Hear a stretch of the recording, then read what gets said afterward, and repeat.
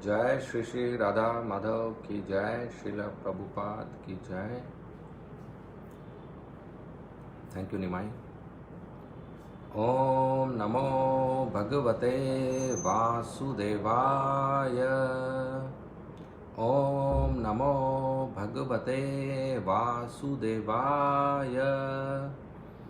ओम नमो भगवते वासुदेवाय। तो आज हम पढ़ रहे हैं श्रीमद् भागवतम अध्याय 3 यथास्थिति, स्कंद 3 यथास्थिति, अध्याय 26 प्रकृति के मूलभूत सिद्धांत, श्लोक 26।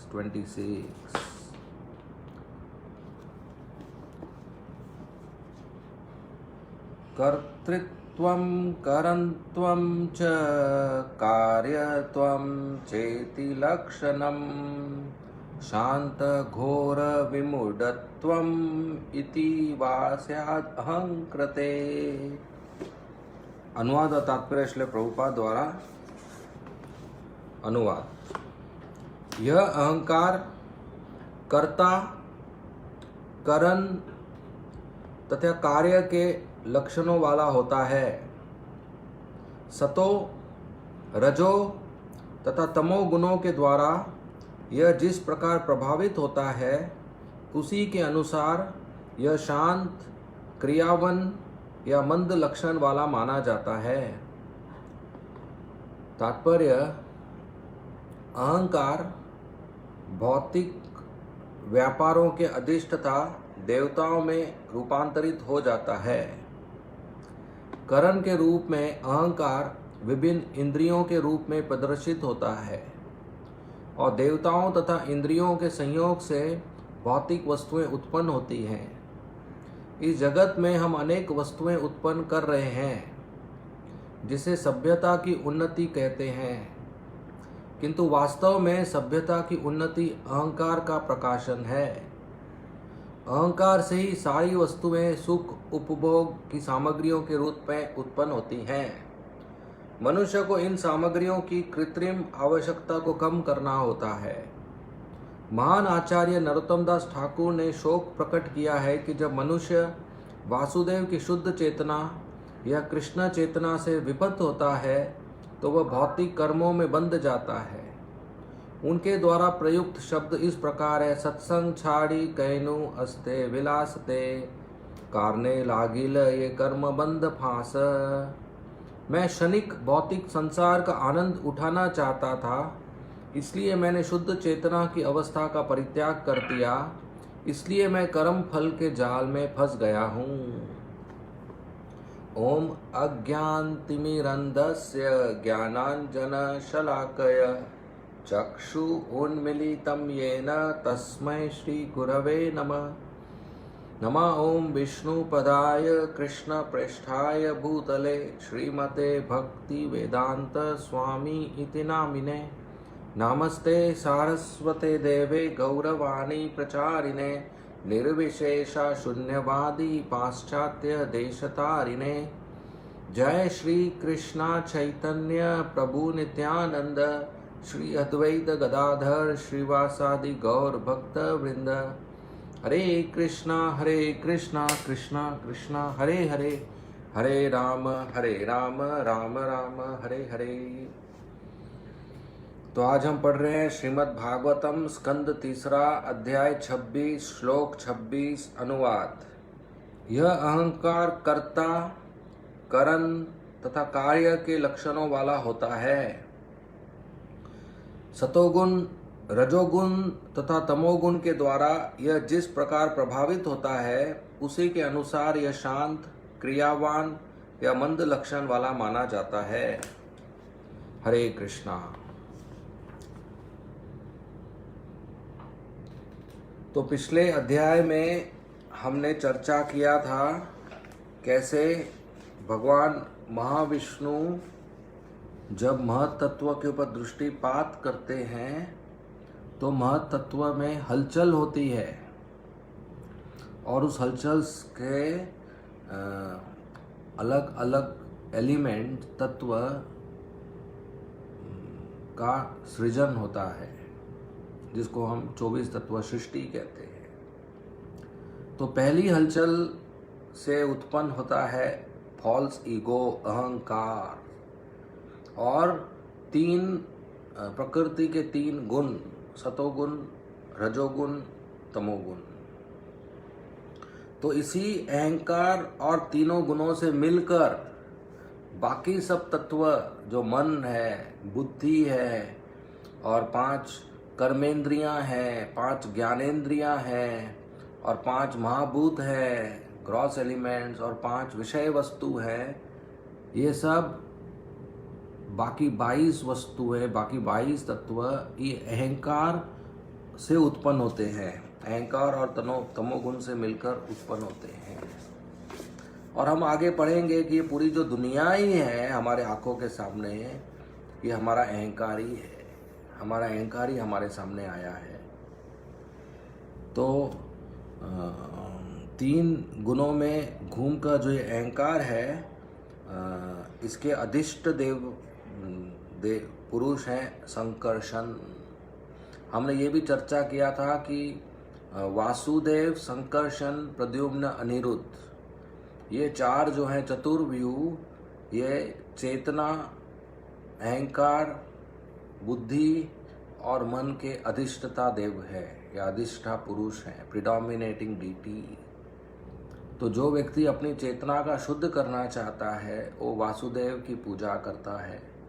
जो अपना अहंकार का कम करना चाहता है वो संकर्षण की पूजा करता है। जो अपने बुद्धि को और अच्छा बनाना चाहता है वो प्रद्युम्न की पूजा करता है। और जो अपने मन को स्थिर करना चाहता है वो अनिरुद्ध की पूजा करता है। और वासुदेव की पूजा हम करते हैं कृष्ण के द्वारा, कृष्ण ही है वासुदेव। और संकर्षण की हम पूजा करते हैं शिव जी के द्वारा, प्रद्युम्न की पूजा करते हैं ब्रह्मा जी के द्वारा, और अनिरुद्ध की पूजा करते हैं मून गॉड, चंद्रमा के द्वारा।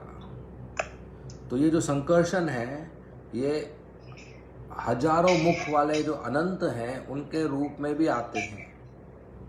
हमें बाकी भक्त लोग म्यूट कर देंगे प्लीज। तो हम भागवत में पढ़ते हैं कि ये पूरी दुनिया बनाने के लिए अनंत शेष जो लक्ष्मण स्वयं है उनका बहुत बड़ा सेवा होता है। वो भगवान महाविष्णु, गर्भोदक्षाय विष्णु, शिरोदक्षाय विष्णु के आसन बनते हैं, उनके ऊपर भगवान लेटते हैं। और ये जो पूरा ब्रह्मांड है वो अनंत शेष के सर के ऊपर होता है। हजारों मुंह वाले अनंत शेष होते हैं। तो ये जो अहंकार है ये कैसे बाकी तत्व बनाता है, पहले मैं उससे शुरू करूंगा। तो हम देखें सतोगुण, रजोगुण, तमोगुण, 3 गुण और एक अहंकार। अब ये एक अहंकार सतोगुण से मिलकर कुछ अलग पदार्थ बनाता है, रजोगुण से मिलकर कुछ अलग पदार्थ बनाता है, तमोगुण से मिलकर कुछ अलग पदार्थ बनाता है। ये हम चर्चा करेंगे। तो जब अहंकार सतोगुण से मिक्स होता है, false ego plus mode of goodness, अहंकार प्लस सतोगुण, उससे उत्पत्ति होती है मन की। अहंकार और सतोगुण से उत्पत्ति होती है मन। फिर जब अहंकार रजोगुण से मिक्स होता है, false ego plus mode of passion, उसे उत्पत्ति होती है बुद्धि की। False ego plus mode of passion, रजोगुण, अहंकार और रजोगुण, उसे उत्पन्न होती है बुद्धि और 5 कर्मेंद्रियां और 5 ज्ञानेंद्रियां। 5 ज्ञानेंद्रियां कौन से? आंख, नाक, जीभ, कान, त्वचा, eyes, ears, nose, tongue, skin, ये सब हम चर्चा कर चुके हैं। और 5 कर्मेंद्रियां, hands, legs, mouth, anus, genitals. तो ये 5 कर्मेंद्रियां, 5 ज्ञानेंद्रियां और बुद्धि, ये उत्पन्न होती है अहंकार और रजोगुण से। जब अहंकार तमोगुण के साथ मिक्स होता है तो उस पर उत्पन्न होता है 5 महाभूत, ग्रॉस एलिमेंट्स, अर्थ, वाटर, फायर, एयर, ईथर, पृथ्वी, जल, अग्नि, वायु, आकाश, और 5 विषय वस्तु। इसका मतलब रूप, शब्द, स्वाद, स्पर्श और गंध, साउंड, स्मेल, विजन या शेप या फॉर्म, और टेस्ट और टच। तो ये हो गए बाकी 22। तो अहंकार से ये सब उत्पन्न होते हैं। मैं वापिस बोलूँगा, अहंकार और सतोगुण मिलकर मन की उत्पत्ति होती है।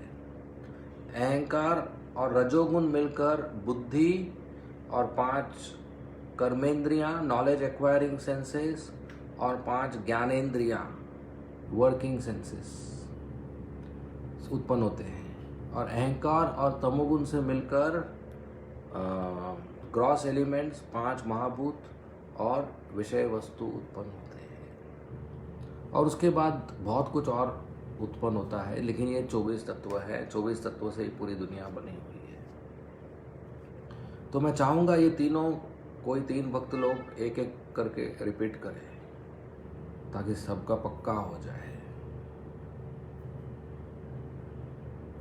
हाथ ऊपर कीजिए, मैं फिर कॉल करता हूँ, या आप शुरू हो जाइए जो भी इंटरेस्टेड है। कौन बताएंगे? रिपीट, जूम में पूछ रहा हूँ मैं, रिपीट करेंगे तो हम सीखेंगे। वीडियो भी ऑन कर सकते हैं। हरे कृष्ण प्रभु जी। हाँ माता जी बोलिए। हरे कृष्ण। अहंकार के साथ जब सत्वगुण मिलता है तो मन की उत्पत्ति होती है। अहंकार के साथ जब रजोगुण मिलता है तो बुद्धि और 5 कर्मेंद्रियों और 5 ज्ञानेंद्रियों की उत्पत्ति होती है। और अहंकार के साथ जब तमोगुण मिलता है तो 5 महाभूत और 5 विषय वस्तु की उत्पत्ति होती है। ओके, वेरी नाइस माता जी। नेक्स्ट।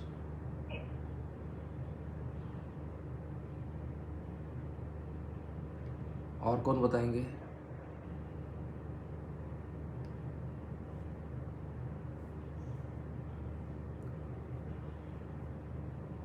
कृष्ण प्रभु जी। हाँ गौरचंद। तो जब अहंकार के साथ, ईगो के साथ, जब गुडनेस के साथ, मोड ऑफ गुडनेस के साथ होता है मिक्स, तो फिर माइंड, मन, और जब पैशन के साथ तो फिर जो है बुद्धि, इंटेलिजेंस, और 5 जो है आपकी कर्म इंद्रियां, 5 ज्ञान इंद्रियां, और जब इग्नोरेंस के साथ जो होता है तो 5 जो है ग्रॉस एलिमेंट, जैसे earth, water, air, fire, ether, and 5 विषय वस्तु जो आपके भी sound, smell, form, touch and taste. Okay, nice Gaurchandra Prabhu, thank you. Next.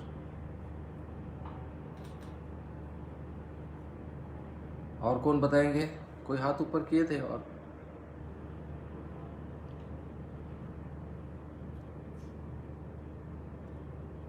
अच्छा, भक्तों को शर्म आ रहा है क्या?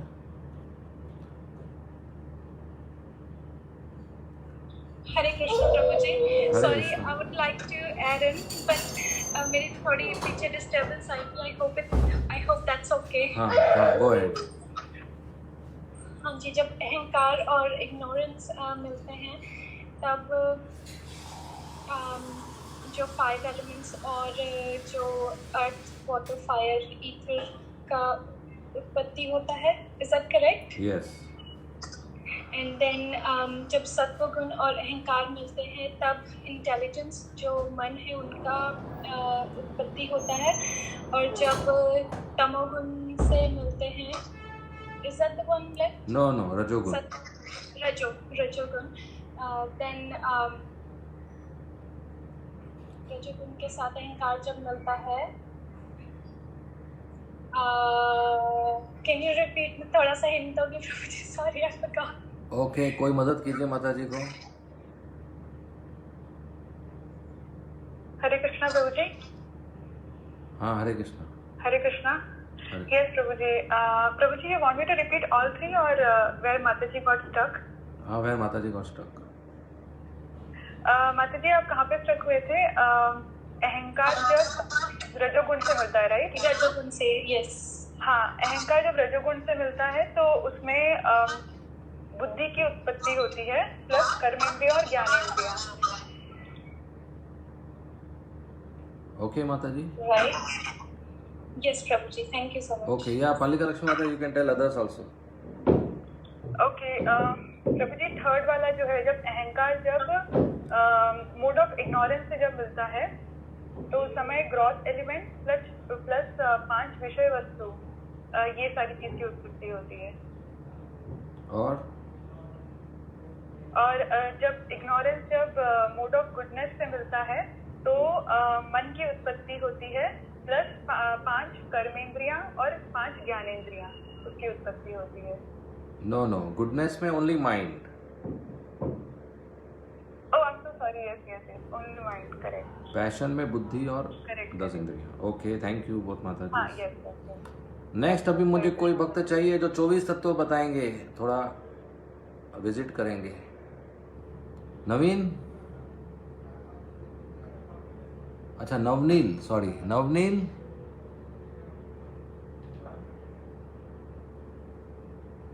अनम्यूट कीजिए। हरे कृष्णा प्रभु। नवनील, 24 तत्व याद है? प्रभु जी ट्राई करता हूँ। हाँ ठीक है, वीडियो ऑन करके ट्राई कीजिए। जी अभी थोड़ा सा डिस्टर्बेंस होगा प्रभु, शायद। अच्छा, बोलिए, आरती बोलिए। चल रहा है, गौरा आरती है। अच्छा, तो बोलिए। मैं रूम में बैठा हूँ। तो जब ईगो रिएक्ट करता है सत्व गुण के साथ तो मन की उत्पत्ति होती है। और ईगो जब रिएक्ट करता है रजोगुण के साथ तब बुद्धि और 10 इंद्रिया जो कि 5 कर्मेंद्रिया है और 5 ज्ञानेंद्रिया है, तो उनका उत्पत्ति होता है। और जब ईगो रिएक्ट करता है तमोगुण के साथ तो जो 5 ग्रोस एलिमेंट है और 5 विषय वस्तु है, उसका उत्पत्ति होता है। Okay, very nice. अभी 24 तत्व बताना है। True, I can try. हाँ,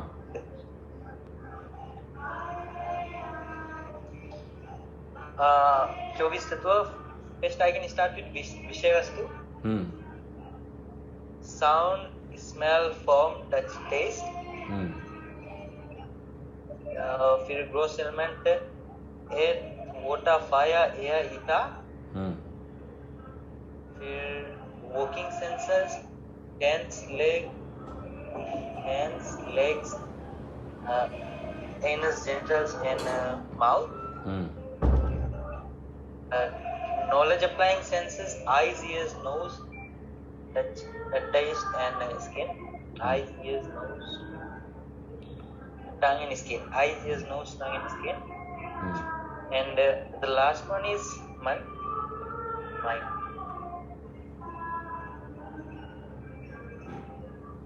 3 subtle elements.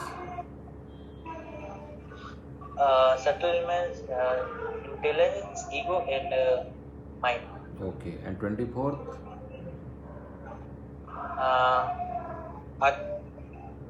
परमात्मा। महत्तत्व. Then outside is Atma, Paramatma and Kal. Okay, very nice Navneet, thank you very much. धन्यवाद। तो 24 तत्व की सृष्टि कैसे हुई, इस अध्याय में वही चर्चा है। हर तत्व कैसे बना, इसलिए मैं ये रिपीट ले रहा हूँ कि 24 तत्व मालूम होना चाहिए। तो आगे हम चर्चा करने वाले हैं हर तत्व कैसे बना। तो हमने आज अभी चर्चा किया मन कैसे बना, पहले चर्चा किया अहंकार कैसे बना, भगवान विष्णु के दृष्टिपात से। और मन कैसे बना, जब अहंकार सतोगुण से मिक्स हो गया। बुद्धि जब अहंकार रजोगुण से मिक्स हो गया, और उसी के साथ 5 कर्मेंद्रियां, 5 ज्ञानेंद्रियां। और जब अहंकार तमोगुण से मिक्स हो गया तो 5 महाभूत बने हैं और 5 विषय वस्तु बने हैं। तो ये जो अहंकार है वो 3 रूप में प्रकट होता है। कर्तृत्वम, कर्णत्वम एंड कार्यत्वम। अब ये नया कंसेप्ट हम सीख रहे हैं। अहंकार जो है वो 3 रूप में प्रकट हो रहा है। पहला है कर्तृत्वम, कर्ता। दूसरा है कर्णत्वम, कारण, साधन। और तीसरा है कार्यत्वम, इफेक्ट, प्रभाव। डूअर, कर्ता, साधन, इंस्ट्रूमेंट, प्रभाव, इफेक्ट। कर्तृत्वम, कर्तृत्वम, कर्णत्वम, कार्यत्वम। कर्तृत्व मतलब कर्ता, करना, कुछ करना। पॉलिसी को करता है कुछ। कर्णत्वम, इंस्ट्रूमेंट, कुछ करवाता है किसी से। और कार्यत्वम, प्रभाव, उसे कुछ प्रभाव होता है, इफेक्ट होता है, प्राप्त होता है। तो कर्ता, साधन और प्रभाव, ये 3 लक्षण होता है। ये 3 लक्षण होता है अहंकार का। और हर एक में अहंकार होता है तो हर एक में ये 3 चीज दिखता है। तो जो सृष्टि में शुरू में जो अहंकार आया वो उसके तीनों गुणों से मिलकर हमने जो चर्चा किया, मन, बुद्धि और बाकी 22 तत्व, बाकी मन बुद्धि मिलाकर बाकी 22 तत्व बने। तो जो डेमिगॉड्स हैं, देवता हैं, वो भी इससे बने। यूनिवर्सल पोस्ट जो है, इंद्र, चंद्र, वरुण, वायु, वो भी सब अहंकार से उत्पन्न होते हैं। वो सब पोस्ट भी अहंकार से उत्पन्न होते हैं। और जो विषय वस्तु है, ये अहंकार का प्रभाव है, इफेक्ट, कार्यत्वम, विषय वस्तु। जो विषय इंद्र तृप्ति के वस्तुएं हैं जो हमें मार्केट में मिलती हैं, वो सब भी अहंकार के हिसाब से हैं। जैसे फैक्ट्री में मेल प्रोडक्ट्स होते हैं, फीमेल प्रोडक्ट्स होते हैं, बेबी प्रोडक्ट्स होते हैं, डॉग के प्रोडक्ट्स होते हैं। ये सब उस अहंकार का प्रभाव है जिसे हम सोचते हैं कि मैं मेल हूँ या मैं फीमेल हूँ, या मैं इंसान हूँ या मैं कुत्ता हूँ, या मैं भारतीय हूँ। तो ये सब अहंकार का विस्तार है। और इसी अहंकार के विस्तार के रूप में हम बहुत सारे वस्तुएं इकट्ठा करना चाहते हैं, रोज शॉपिंग करना चाहते हैं, रोज नए नए वस्तुओं दुनिया में जो बनती है उसका नया मार्केट रहता है कि आज आपको जीवन जीने के लिए जो भी चाहिए वो मार्केट में मिल रहा है। फिर भी कुछ नया प्रोडक्ट ढूंढ रहे हैं हम, हालांकि हमको ज़रूरत नहीं है।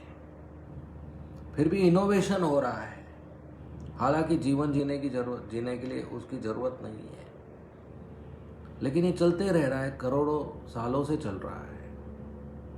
और आज तो जो टेक्नोलॉजी का ज़माना है, इंडस्ट्रियल रेवोल्यूशन हो चुका है, तो ये इंडस्ट्री बहुत सारे प्रोडक्ट बनाते हैं।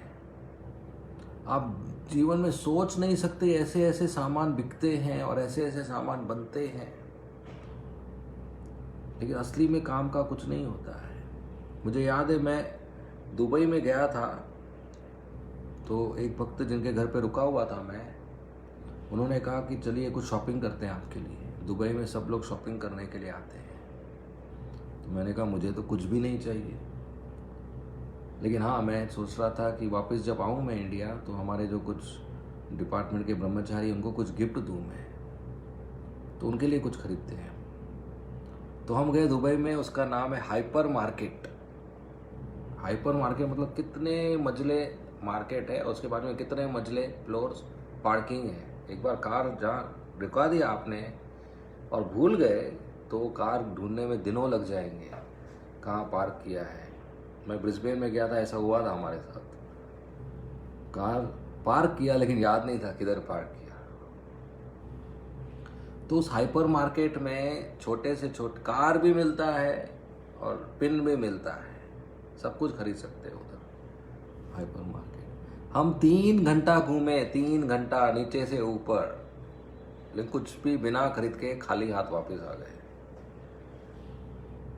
क्योंकि कुछ काम का लगा ही नहीं मुझे ब्रह्मचारियों के लिए, जो उनको पसंद हो, जरूरत का हो, ऐसा है।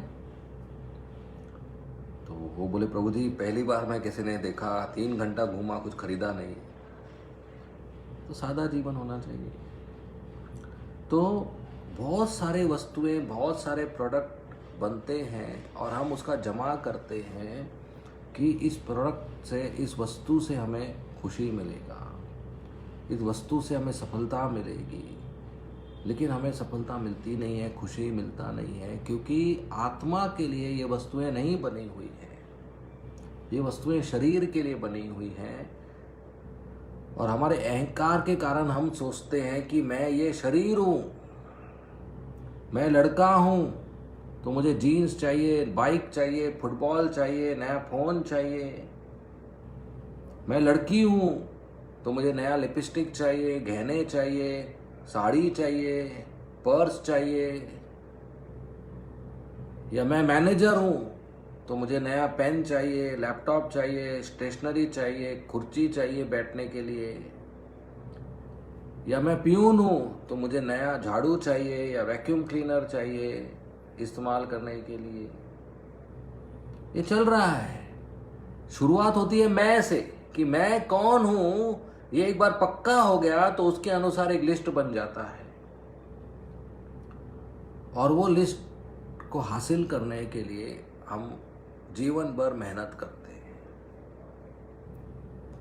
और वो लिस्ट से कुछ प्राप्त हो जाता है तो सुख का अनुभव होता है। सुख का अनुभव इसलिए नहीं होता है क्योंकि उस वस्तु में सुख है। सुख का अनुभव इसलिए होता है कि लिस्ट में टिक मार्क हो गया कि 1 वस्तु मिल गई, 2 वस्तु मिल गई, 3 वस्तु मिल गई। ये काल्पनिक सुख होता है। उस वस्तु में सुख नहीं होता है, सिर्फ टिक मार्क हो गया, चेक मार्क हो गया, इसके लिए सुख का अनुभूति हो गया। जैसे हमारे पास अगर 10 काम है करने के लिए जो हमें बिल्कुल पसंद नहीं है और 3 काम हो जाते हैं तो 3 टिक मार्क हो जाता है टास्क लिस्ट में, तो हमें खुशी मिलती है कि 3 काम हो गया। हालांकि वो काम अच्छे नहीं है, हमें आनंद नहीं देते हैं, लेकिन 3 हो गया इसका खुशी हो जाता है हमें। तो ये टिक मार्क के कारण काल्पनिक सुख है ये। जैसे फुटबॉल खेलते हैं तो बहुत भाग दौड़ कर कोशिश करते हैं, बॉल को लात से मारकर एक जगह पर पहुंचा रहे हैं, जिसको नेट कहते हैं, गोल हो गया। तो 2-2 घंटा भाग दौड़कर एक बॉल को मारते रहते हैं लात से एक जगह पर पहुंचाने के लिए। इसमें दुनिया में किसका फायदा हुआ? इसमें क्या सुख है? कुछ भी सुख नहीं है, किसी का भी फायदा नहीं होता है। लेकिन जब बॉल नेट में जाता है, गोल होता है, तो बहुत खुश होते हैं लोग। क्यों? क्योंकि टिक मार्क हो गया, ये इच्छा पूरा हो गया। लात से बॉल को मारा और नेट में चला गया, इच्छा पूरा हो गया। अरे फायदा किसका हुआ? ये कार्य से किसी को फायदा नहीं होता है। अरे सबको 1-1 बॉल, 20-25 बॉल खरीद लो, सबको 1-1 दे दो, जाओ घर पे करो जो करना है, इतना टाइम वेस्ट कर रहे हो। तो ये काल्पनिक सुख है, इमेजिनरी हैप्पीनेस। तो ये सब फुटबॉल नहीं, हर चीज जो हम शॉपिंग करते हैं, जमा करते हैं, ये काल्पनिक सुख है। क्योंकि हमें गलत धारणा है कि मैं लड़का हूं, मैं लड़की हूं वगैरह, और उस गलत धारणा के कारण एक लिस्ट बन गया है कि ये शॉपिंग करना है, ये वस्तु खरीदना है। और वो गलत धारणा मिटाने के बजाय हम वो लिस्ट के ऊपर ध्यान दे रहे हैं, जो लिस्ट ही गलत धारणा से बनी हुई है। और हम गलत धारणा के कारण जब हमें वो लिस्ट पूरी होती है, वस्तुएं प्राप्त होती है, तो हमें काल्पनिक सुख होता है। हाँ देखो हो गया, सफलता मिल गई, लिस्ट पूरा हो गया। लेकिन आपका ओरिजिनल धारणा ही गलत है ना। जैसे बच्चे जब मैथमेटिक्स का एग्जाम देते हैं, कोई एक्सरसाइज सॉल्व करते हैं और शुरू ही गलत किया, 2 + 2 = 5, उसके बाद आप कुछ भी करो आंसर तो गलत होने ही वाला है ना, क्योंकि शुरू ही गलत है। उसी तरह जो गलत धारणा है उसी से शुरू हुआ है, उसके बाद आप कुछ भी करो अपने आप को सुखी बनाने के लिए, गलती ही होगा, कुछ मतलब नहीं है उसका। तो भौतिक दुनिया में बद आत्मा जब काल्पनिक सुख प्राप्त करता है तो गलत धारणा के कारण उसको लगता है कि मुझे सही सुख मिल गया। भौतिक दुनिया में बद आत्मा जब अहंकार के प्रभाव से वस्तुएं इकट्ठा करता है तो उसका अहंकार बढ़ते जाता है, उसका गलत धारणा बढ़ते जाता है, उसका फॉल्स ईगो बढ़ते जाता है। कैसे? फॉल्स ईगो है मैं और मेरा। मैं में आया कि मैं लड़का हूं और इस गलत धारणा से मैंने शॉपिंग किया, अभी मेरा आ गया। जो जो वस्तु खरीदा मैंने उसमें मेरा आ गया, मेरा शर्ट, मेरा जीन्स, मेरा फोन, मेरा कार, मेरा बाइक, मेरा फुटबॉल। फिर मैं से मेरा चालू हो गया और ये मेरा खत्म नहीं होता है। लिस्ट बढ़ते रहती है, शॉपिंग बढ़ते रहता है, खरीदना बढ़ते रहता है।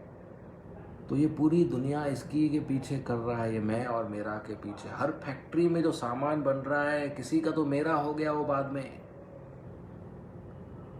तो ये गलत धारणा के कारण, मैं और मेरा के कारण ये पूरी दुनिया मूव कर रही है, ये पूरी इकोनॉमी मूव कर रही है, पूरा प्रोडक्शन हाउस मूव कर रहा है, पूरा असेंबली लाइन मूव कर रहा है, पूरा लेबर फोर्स मूव कर रहा है, पूरा ट्रैवलिंग हो रहा है, पूरा बिजनेस मीटिंग्स हो रहे हैं, पूरे होटल, पूरे ये सब मैं और मेरा सब गलत धारणा के कारण मूव कर रहे हैं और बद आत्मा फंस गया है। हम इतने फंसे हुए हैं कि हमको लगता है ये सब सही है, ये सब बंद होगा तो हमारा क्या होगा, दुनिया का क्या होगा, समाज का क्या होगा। लेकिन 200 साल पहले कोई फैक्ट्रीज नहीं थे, फिर भी दुनिया चल रही थी। अमेज़न नहीं था, फिर भी दुनिया चल रही थी। मोबाइल फ़ोन नहीं थे, फिर भी प्रभुपाद जी के समय मोबाइल फ़ोन नहीं थे, लेकिन फिर भी उन्होंने इतना बड़ा इस्कॉन खड़ा किया, 108 मंदिर बनाए। आज एक मंदिर चलाने के लिए 100 मोबाइल फ़ोन चाहिए। तो ये मैं और मेरा के शिकार में, अहंकार के शिकार में बद आत्मा फंस गया है। तो इसके लिए त्याग होना चाहिए, रिनंसिएशन, वैराग्य होना चाहिए। मैं और मेरा त्याग करना चाहिए। त्याग क्या करना चाहिए?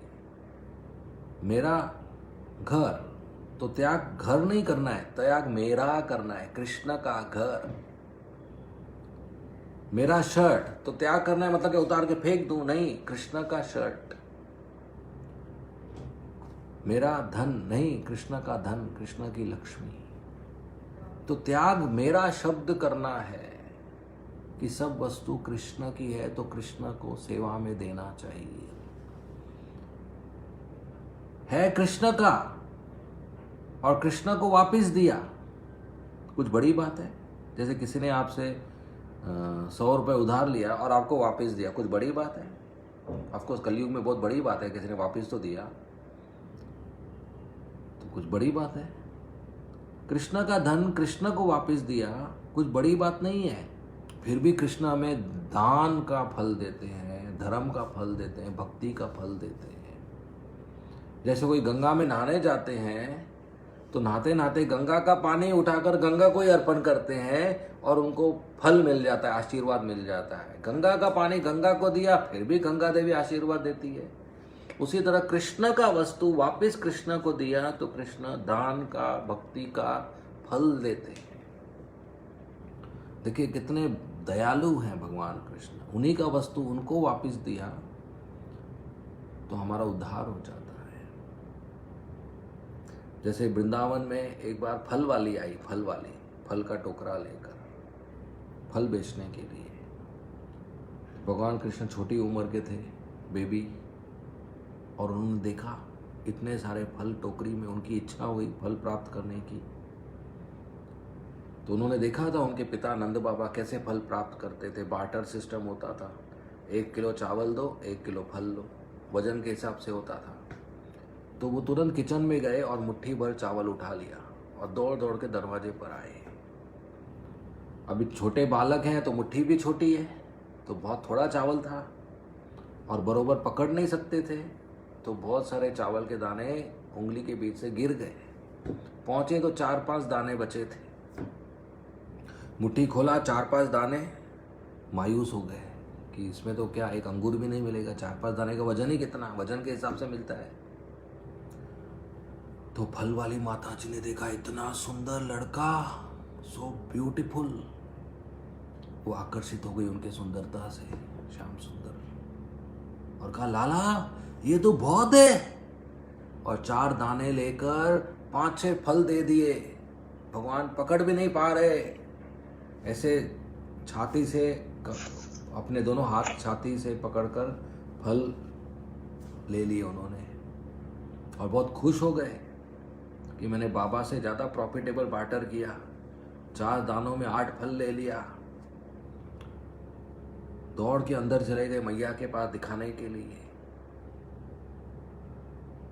और मैया ने देखा कृष्ण के पास 8, 10, 6, 7 फल है। मैंने कहा कृष्ण कौन दिया ये फल? तो कृष्ण ने कहा माता जी आई वो दिया।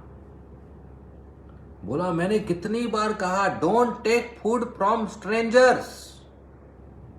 हर मां अपने बच्चों को कहती है अपरिचित लोगों से खाने का वस्तु नहीं लेना। तो एक टोकरी लाया मैया ने, बास्केट लाया, बोला सब फल इसमें डालो। लाला ने डाल दिया, बोला अभी इसको नहीं टच करना, जाओ खेलो। तो भगवान ने जो मेहनत करके फल खरीदा उनको खाने को मिला ही नहीं। शाम तक वो टोकरी ऐसे ही पड़ी थी, कोई हाथ नहीं लगाया। फिर मैया ने सोचा ये फल तो क्या करूं मैं, घर में तो कोई खाएगा नहीं, पता नहीं कौन देके गया। तो अपने सब दासियों को बुलाया और एक एक फल बांटा। 3-4 घंटे तक फल बांट रहे हैं, टोकरी खाली ही नहीं हो रही। देखिए भगवान का हाथ छुआ तो वो फल जादू के हो गए, अनलिमिटेड हो गए। कितने समय दासियों को फल बांटे उन्होंने। और वो जो फल वाली माताजी थी जिसके टोकरी में इतने सारे फल थे, वो कृष्ण को फल देकर जब अपना टोकरी उठाई तो देखा सब फल गायब। और वो गायब फल के बजाय वहां पर हीरे जवाहरात सोने के दागिने आ गए, ऑर्नामेंट्स आ गए, जेवर आ गए। वो हैरान हो गई। देखिए कृष्णा को कुछ फल दिया तो उसका नुकसान हुआ नहीं, उसका करोड़ों गुना ज्यादा फायदा हुआ। तो दान देने से कृष्णा को, साधु को, गौ माता को हमारा करोड़ों गुना ज्यादा फायदा होता है। तो बहुत खुश हो गई, दौड़े दौड़ी गई अपने घर पे, अपने परिवार के पास। उनको देखा, देखो देखो मैं क्या लाई आज। और टोकरी खोला तो सब परिवार वाले हाथ डालकर चिल्लाने लगे कि ये हीरे की अंगूठी मैं लूंगा, ये हीरे सोने का बैंगल मैं लूंगी, ये पर्ल नेकलेस मैं लूंगी। सब लोग एक दूसरे के साथ ऐसा झगड़ा करने लगे हीरों के पीछे। और वो माता जी हंस रही थी, बोली आप लोग मूर्ख हो, असली हीरा तो उधर था, उनको तो देखा ही नहीं आपने। तो उसको सिर्फ धन नहीं मिला, उसको कृष्ण प्रेम भी प्राप्त हो गया, वो आकर्षित हो गई कृष्ण के प्रति। दूसरे दिन सुबह यशोदा मैया की दासियां वापस आई काम करने के लिए। तो उन्होंने यशोदा मैया को कहा, मैया मैया वो कल वाला फल है क्या? और मैया ने कहा क्यों, क्या हो गया?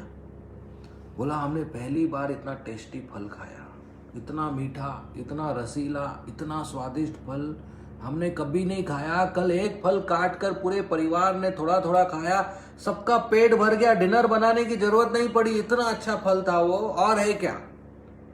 देखिए कृष्ण ने छुआ वो फल को तो वो फल जादू के हो गए और टेस्टी हो गए, स्वादिष्ट हो गए, मीठे हो गए, रसीले हो गए, और पेट भर गया सबका। तो इस तरीके से एक छोटी सी लीला में भगवान ने सिखाया कि उनकी तरफ आकर्षित होकर जब कोई दान देता है, उन्हीं की वस्तु उनको वापस देता है, तो उसका नुकसान नहीं होता, उसका भला होता है। और दान देने से हमारा पगार शुद्ध होता है, हमारा कमाई शुद्ध होता है, हमारा घर शुद्ध होता है, हमारा किचन शुद्ध हो जाता है, हमारे घर वाले शुद्ध हो जाते हैं। तो इसके लिए कोई मेंबर, जो भी समाज का व्यक्ति कमाता है, उसको कभी भी कंजूस नहीं होना चाहिए। गाय साधु कृष्णा का खुले दिल से दान करना चाहिए, प्रसाद बांटना चाहिए, घर में भगवान का विग्रह होना चाहिए, फोटो होना चाहिए, और उनको अच्छा फल, दूध, चावल, रोटी सब कुछ अच्छा फ्लावर्स, डेकोरेशन, श्रृंगार, ये सब प्रोवाइड करना चाहिए, देना चाहिए, क्योंकि ये उनका ही है। तो इससे हमारा कर्म शुद्ध हो जाता है। एक है कर्म त्याग और एक है कर्म फल त्याग। कर्म त्याग मतलब अपना सब काम बंद करके सिर्फ भक्ति करो। तो गृहस्थ जीवन में हम नहीं कर सकते कर्म त्याग, तो हमें करना चाहिए कर्म फल त्याग। जो कर्म कर रहे हैं उसका फल भगवान को देना चाहिए। जो कुकिंग कर रहे हैं उसका फल होता है, जो थाली होती है एक पहली थाली, वो भगवान को देना चाहिए। जो नौकरी कर रहे हैं उसका फल पगार होता है, उसका एक हिस्सा भगवान को देना चाहिए। कर्म फल त्याग।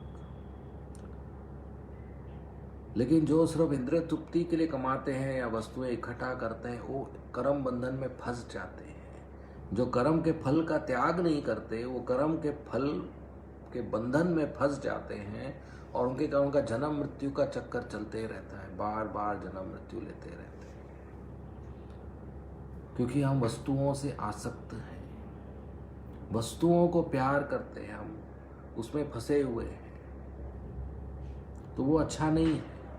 हमें कृष्ण से आसक्त होना चाहिए, कृष्ण की भक्ति से आसक्त होना चाहिए, कृष्ण के भक्तों के संग से आसक्त होना चाहिए। इसलिए कृष्ण की सेवा करना चाहिए, रोज भागवत क्लास सुनना चाहिए, रोज 16 माला हरे कृष्णा कृष्णा कृष्णा हरे हरे, हरे राम राम राम हरे हरे, रोज इसका जप करना चाहिए, मंगल आरती करना चाहिए, दंडवत प्रणाम करना चाहिए। बिल्कुल असावधानी नहीं होना चाहिए भक्ति में। और जो भी हमारा पास है वो भगवान को भोग लगाना चाहिए। सिर्फ खाना नहीं, खाने की वस्तु नहीं। नया कपड़ा खरीदते हो तो पहले भगवान को भोग लगाना चाहिए। हम ब्रह्मचारी लोगों को नया धोती कुर्ता जब प्राप्त होता है तो पहले हम भोग लगाने प्रभुपाद जी को ऑफर करते हैं या डीटी को ऑफर करना चाहिए। नया सामान, कार खरीदते हो, जो भी खरीदते हैं हम बाजार से, दवाई छोड़कर, मालूम पड़ा ब्लड प्रेशर की दवाई भगवान को भोग लगा रहे हो, मत करो। जो भी हम बाजार से लेके आते हैं पहले भगवान को देना चाहिए, भक्तों को देना चाहिए, भक्तों की सेवा में इस्तेमाल करना चाहिए। बाद में महाप्रसाद के रूप में हमें अपने लिए इस्तेमाल करना चाहिए, तो हमारा सब कुछ शुद्ध हो जाता है। नहीं तो फिर जो भी हम भोग करते हैं वो पाप लगता है, कर्म बंधन होता है, फिर जन्म मृत्यु के चक्कर में फंस जाते हैं। फिर सोचते हैं अरे मैं तो अच्छा हूँ, इतना दुख क्यों हो रहा है मुझे? वो क्योंकि कर्म का फल आ रहा है, चोरी का फल है। वो सब कुछ कृष्ण का है और हम इस्तेमाल कर रहे हैं बिना उनसे पूछ कर। चोरी हुआ ना वो, तो चोर को तो फल मिलेगा, दुख तो आएगा, सजा तो मिलेगी। इसलिए हमें सब कुछ भगवान की सेवा में इस्तेमाल करना चाहिए, नहीं तो फंस जाते हैं हम। तो ये पूरी दुनिया में जो वस्तुएं हैं वो अहंकार के विस्तार है, मेरे हैं, मेरा है, ये मेरा का चक्कर में है। तो ये मेरा का चक्कर बंद करना चाहिए, ये भगवान का है। वासुदेवम सर्वमिति, एवरीथिंग बिलोंग्स टू कृष्णा, ये ध्यान रखना चाहिए। ठीक है, धन्यवाद। श्रीमद् भागवतम की जय, श्रील प्रभुपाद की जय। हरे कृष्णा। अगर किसी को कोई प्रश्न है या कमेंट्स है तो पूछ सकते हैं।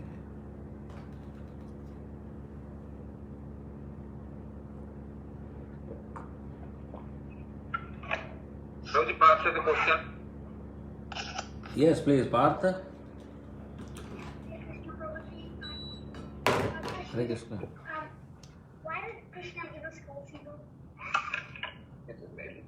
Why? Why did Krishna? What was that? Why didn't Krishna give us or make false ego? Okay, so Krishna gave us real ego. भगवान ने असली अहंकार बनाया, उसको रियल ईगो कहते हैं कि मैं कृष्णा का दास हूं। लेकिन जब जीवात्मा भगवान के प्रति आंख बंद कर देता है तो फॉल्स ईगो आ जाता है कि मैं कुछ और हूं। जैसे भगवान ने सूर्य बनाया और आंख बनाई, तो हर वस्तु पे जब सूर्य की रोशनी आती है तो आंख से उस वस्तु को देखा जा सकता है। आपके सामने टेबल है, वो इसलिए दिखाई दे रहा है क्योंकि टेबल के ऊपर रोशनी है। अगर टेबल के ऊपर रोशनी नहीं होती थी और आपके पास बहुत सुंदर आंखें होती थी तो वो टेबल दिखाई नहीं देता था। समझ रहे हैं पार्थ? लेकिन जब हम आंख बंद करते हैं तो रोशनी होने के बावजूद हमें दिखाई नहीं देता, उसको अंधेरा कहते हैं। उसी तरह जब जीवात्मा अपना भगवान के प्रति चेतना बंद करता है या सेवा भाव बंद करता है तो जो अंधेरा है उसको फॉल्स ईगो कहते हैं या माया कहते हैं। तो हमने बनाया उसको, जब हम भगवान के प्रति पीठ कर देते हैं तो हम शैडो में आ जाते हैं, अंधेरे में आ जाते हैं, जब भगवान के प्रति हमारा आंख बंद होता है। ठीक है? Okay, next. यस प्रभु, थैंक यू। कृष्ण प्रभु, में क्वेश्चन है, कृष्ण भगवान का कलर ब्लू है। अच्छा, वापस बोलिए। कृष्ण के शरीर का कलर ब्लू है, यही प्रश्न है? जी। हाँ, ब्लूइश ब्लैक कहते हैं। ब्लूइश ब्लैक, जैसे नया नया बादल होता है वैसा। लेकिन जो ब्लू हम देखते हैं वो ब्लू, वो सेम ब्लू नहीं है, वो आध्यात्मिक ब्लू है। ठीक है? ठीक है प्रभु जी। हरे कृष्णा। नेक्स्ट। हरे कृष्णा प्रभु जी, दंडवत प्रणाम। हाँ शर्मा जी, हरे कृष्णा। प्रभु जी, आपने कहा कि हमें जो भी हम नई नई चीजें लाते हैं, कपड़े लाते हैं और कोई भी अपने यूज के लिए चीज लाते हैं, उसका कृष्णा को भोग लगाना चाहिए। तो हम कैसे कपड़े का भोग कैसे लगा सकते हैं? और बाकी जो अपनी चीजें होती हैं, जैसे सोच काफी चीजें लाता है अपने यूज के लिए।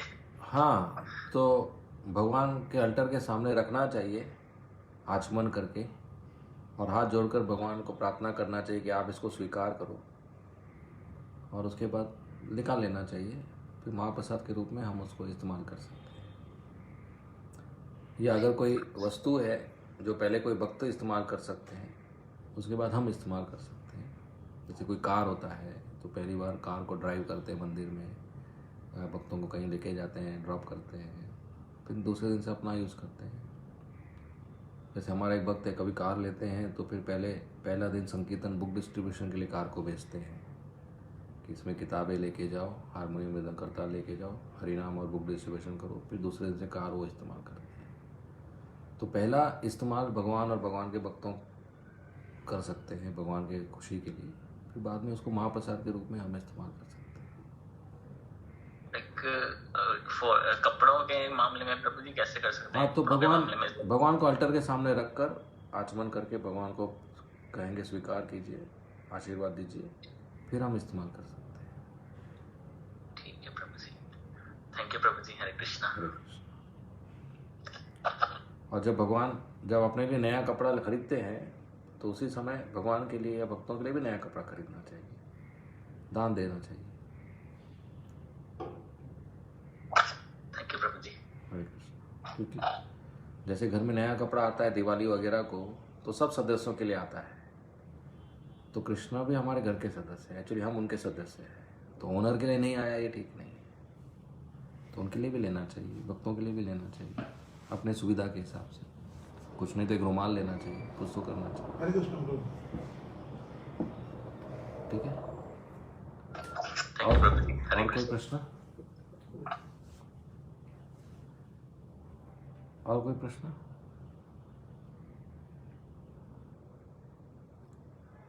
हरे कृष्ण प्रभु जी, दंडवत प्रणाम प्रभु जी। हाँ गौरव जी, हरे कृष्णा। प्रभु जी, जैसे दान के ऊपर एक छोटी सी चीज पूछनी है मुझे। जैसे कई बार जैसे क्रेमेशन ग्राउंड में जैसे कई डेड बॉडीज होती है, उनके लिए पैसे नहीं होते, तो वहाँ जो दान देना चाहिए कि नहीं देना चाहिए? वहाँ पे उसको अगर कृष्णा के रूप में दे कि लोगों का भला हो जाए, तो कैसे करना चाहिए? अच्छा, क्रीमेशन के लिए, डेड बॉडीज के लिए। इंडिया में कई डेड बॉडीज होती है, लोगों के पास पैसे नहीं होते जलाने के लिए, तो वहाँ पे दान देना हो तो उसको कैसे करें कि कृष्णा के रूप में उन लोगों का भला हो सके? नहीं तो बस ये तो दया के भाव से करना चाहिए। अगर ऐसा कर रहे हैं तो ये भक्ति में नहीं आता है। हाँ, भक्तों का शरीर है तो भक्ति में आएगा, नहीं तो जीव दया होगी। एक वैष्णव सेवा होता है, एक जीव सेवा होता है। तो इसके बदले मुझे कुछ नहीं चाहिए, बस कृष्ण के अंश हैं इसलिए मैं कर रहा हूँ, ये विचार सेवा भाव से करना चाहिए, तो ऐसा कर सकते हैं। थैंक यू प्रभु जी।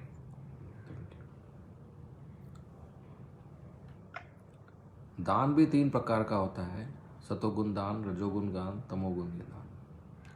थोड़ा लंबा है, हम कभी करेंगे, अभी इतना लंबा, बहुत लंबा आंसर हो जाएगा, हम कभी याद दिलाना मुझे, हम करेंगे। हाँ याद रखो। Okay, next.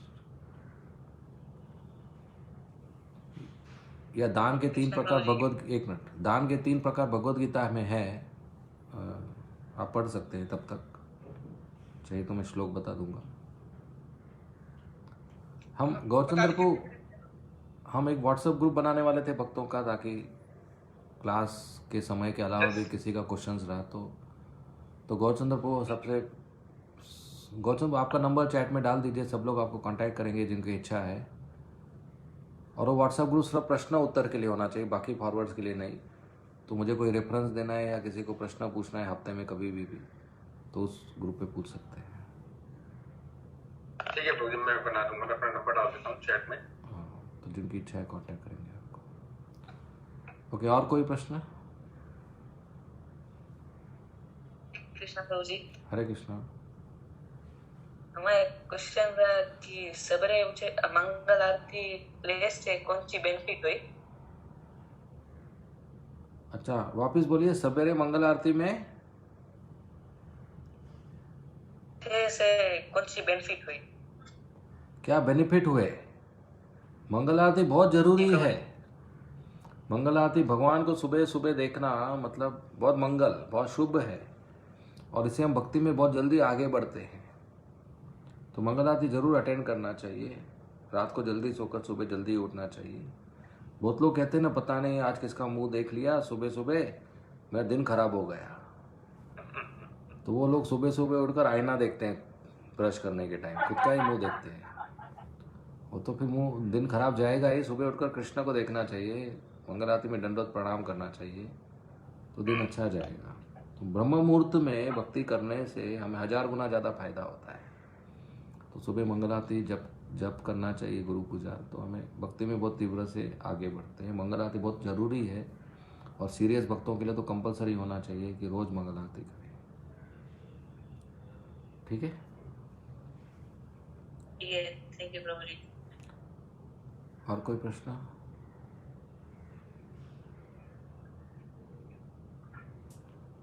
Okay, we will end here. धन्यवाद। श्रीमद् भागवतम की जय, श्रील प्रभुपाद की जय। हरे कृष्णा। हरे कृष्णा प्रभु जी।